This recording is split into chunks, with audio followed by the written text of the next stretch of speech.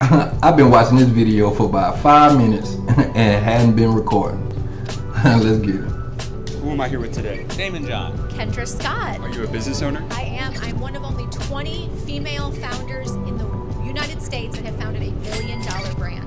Can you believe that? A billion-dollar company. A billion-dollar company with a B. Yes. Yeah. What was the most amount of money that you've ever made in a single year? In 2019, I sold 76 companies for 1.27 billion. The most amount of money the company ever made was $980 million in profit.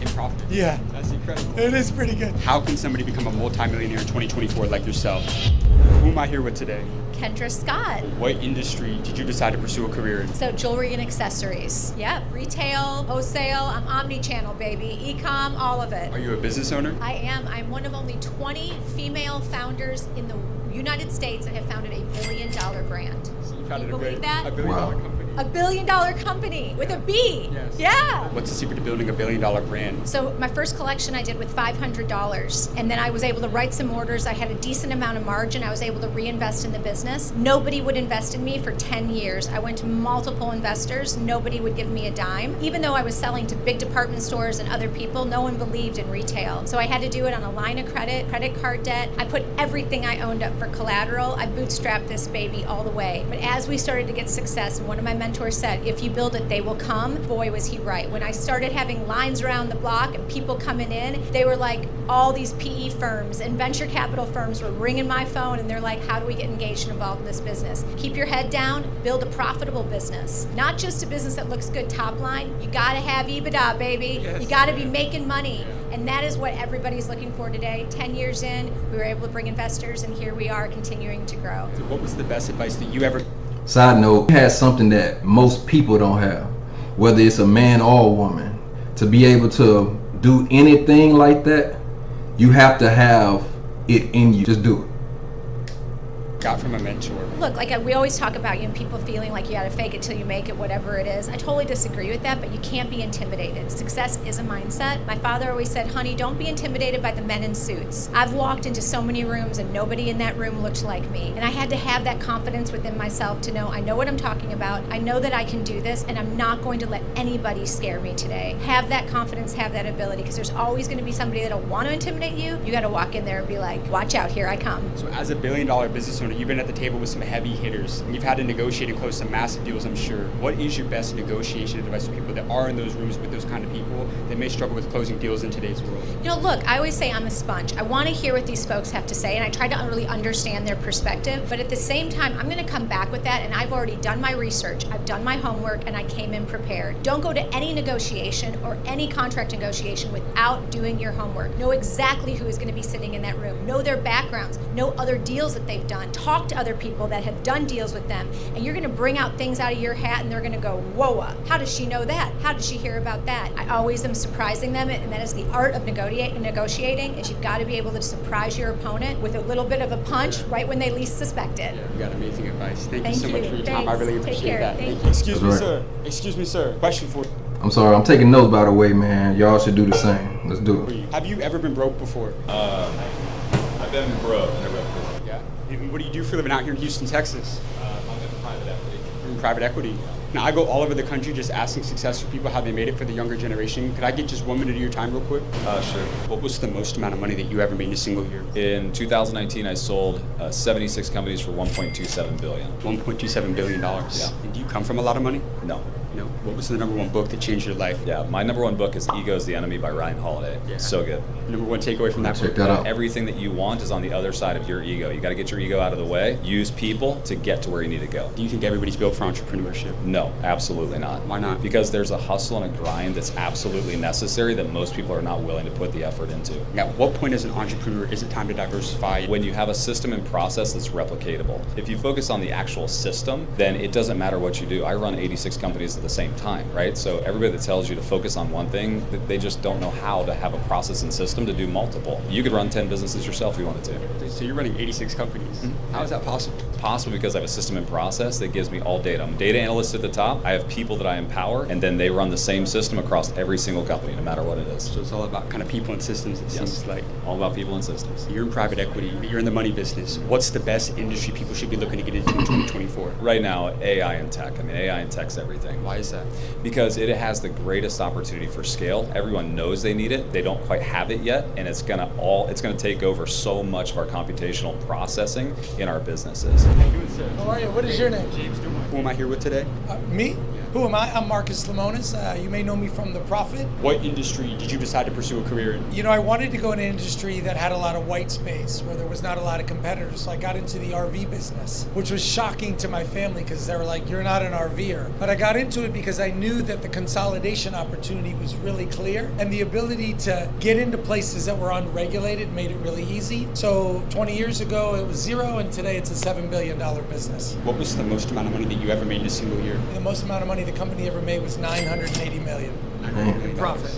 In profit? Yeah. That's incredible. It is pretty good, but that doesn't always happen. And I think the key to that is understanding that you're going to have good times and bad times. You got to find the middle and be comfortable with it. How important was it for you to master delegation? A lot of entrepreneurs, they want to be that solopreneur and wear all the hats themselves. How important was it for you building teams and bringing the right people in? Delegation's important, but what was more important to me was surrounding myself with people that were smarter than me and that had the willingness to say no to me and had the willingness to tell me when I was wrong and challenge me. And I think as people build teams, I oftentimes see a lot of business owners that want to build, hire people that are maybe not as smart as them. Instead, hire people that are wicked smart, that make you look stupid, because you're going to end up being the smartest person in the room for hiring them. 1 in 4 millionaires are living paycheck to paycheck. From your perspective, what keeps people broke in today's world? Wanting to be flashier than they should, thinking that perception of what they look like is more important than who they are. And I think oftentimes what kind of car I drive and the house that I live in. What's Warren Buffett drive? Do you know? Not a supercar. A A Honda. He Cadillac. drives an old beater. He lives in the same house. You want to know why? Because he realizes that's I love this Last place, time I seen him, but he I was in a need little better Cadillac. It wasn't no Maybach, but he was in a Cadillac. That mother was nice. Just open a new You know what I'm saying? Good But credit to get credit. that doesn't mean that you can't have nice things, but there's a balance between being substantive and flashy. And I think too often people are too willing to do this. But I will tell you that every single person is one decision away from losing it all. But if you don't go up here and you stay here, if you lose it, it's not a big deal. You're like, I don't care, I'll just live in a studio apartment again. Sometimes people put material things around them because they think it makes them look better or stronger or more powerful. I don't believe it. And your last message to the younger generation? Have the confidence that you are just as smart as everybody else, and don't let age be a barrier to you getting a seat at the table. Too oftentimes, big executives think that if you're young, you don't know what you're doing, you don't have enough experience. Prove to them by having the right information, doing the right research, outworking them every single day, and never be entitled to anything. Tell people that you're willing to work for it. And if other people in the room are not willing to work, you push them aside and you show up first and you leave last.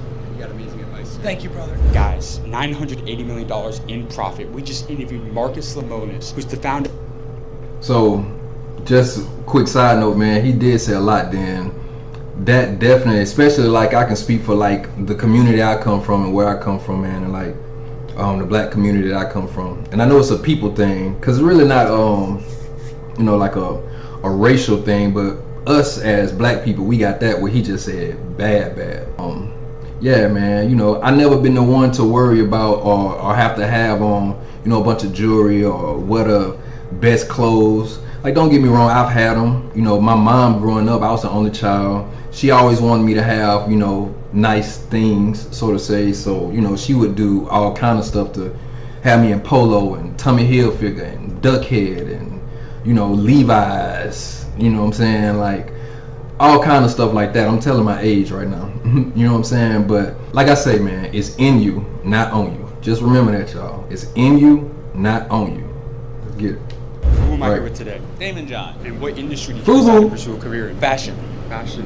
How long have you been a business owner for? 40 years? What was the best financial advice that you ever received throughout your career? Money's a great slave, but a horrible master. You had a quote, pioneers get slaughtered and settlers prosper. You say it again? I forgot that one. Pioneers get slaughtered and settlers prosper. That's exactly what happened. Could I you like say that and break you that said down? it. Pioneers get slaughtered and settlers prosper. That's right. Break that down for people that may not understand Well, that. a lot of pioneers, if you could be too early on something, right, and nobody gets it, and you keep talking, oh, I want to do it, but nobody gets it. Move on. But the ones who are like, I want to do it, let me take my time, let me settle, let me figure it out. How can somebody become a multi-millionaire? That's what I was trying to tell my little like sister. yourself? Well, what is a multimillionaire? Ebony. It creates That's what I was trying to say. Somebody's aspiring to kind of achieve that success. What if they're sick as shit? Then it doesn't matter. Then it's not a multimillionaire. Hard Knocks family, this video has been insane so far, but I want you to comment down below who's been your favorite interview so far and why. I love connecting with you guys, and I want to know what you guys think about this video. With that being said, let's get this next interview. Who am I here with today? I'm Billy Ray Taylor, CEO of LinkedXL and author of the book, The Winning Link.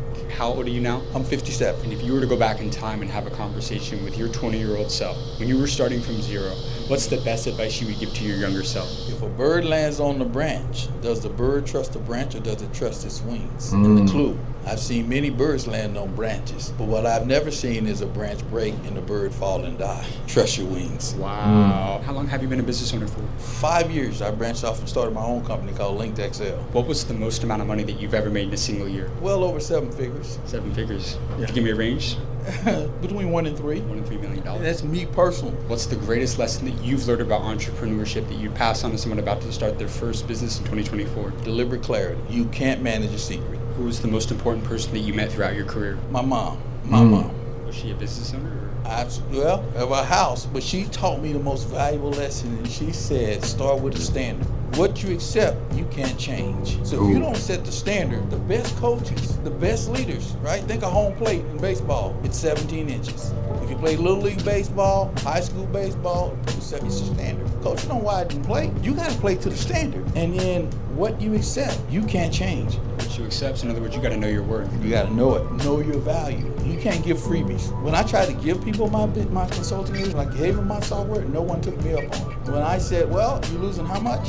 10 million? It's going to cost you this. And they said, that's a lot of money. I said, no, that's an investment. My value is if you pay me this, 5,000, I'll make you 5 million. Now it's a deal. My value is a deal now. So you got to help people understand your value proposition.